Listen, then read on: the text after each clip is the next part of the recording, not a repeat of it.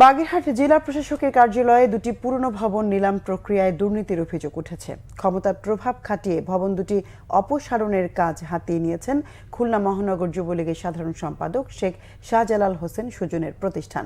বঞ্চিত ঠিকাদারদের দাবি অনিয়ম করে কোটি টাকার ভবন দুটি দেয়া হয়েছে মাত্র ৩৮ লাখ টাকায়। পুনরায় নিলামের দাবি তাদের। বাগেরহাট প্রতিনিধি মাসুদুল হকের তথ্য ছবিতে ডেস্ক রিপোর্ট।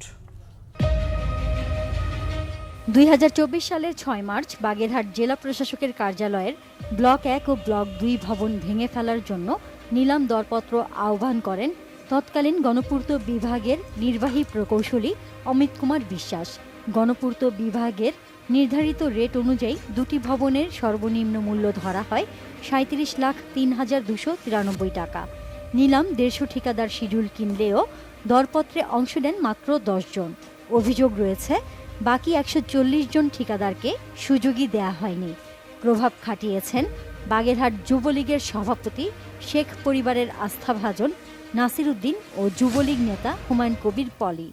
কারো শিডিউল ফেলতে দেয়নি, কারো শিডিউল কেড়ে নিয়েছে, কারো শিডিউল ছিঁড়ে ফেলেছে, বরঞ্চ গালিগালাজ করেছেন। নাসির সর্দার, পলি ও অন্যান্য লোকজন ছিল।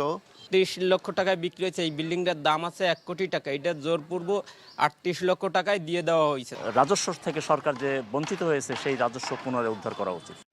ভবন দুটির নিলাম প্রক্রিয়ায় স্পষ্ট দুর্নীতি হয়েছে উল্লেখ করে অন্তর্বর্তী সরকারকে আগের কার্যাদেশ বাতিল করে পুনরায় দরপত্র আহ্বানের কথা বলছেন সুশীল সমাজের এই প্রতিনিধিরা।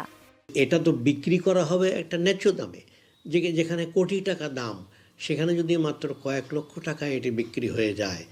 কেন হচ্ছে আমরা জানি, বিগত সরকার যে কাজটি করেছিলেন যে কখনোই যাচাই বাছাই করা হতো না রাষ্ট্রীয় পর্যায়ে। আমরা এটা আশা করব যে এটা রিটেন্ডার হবে।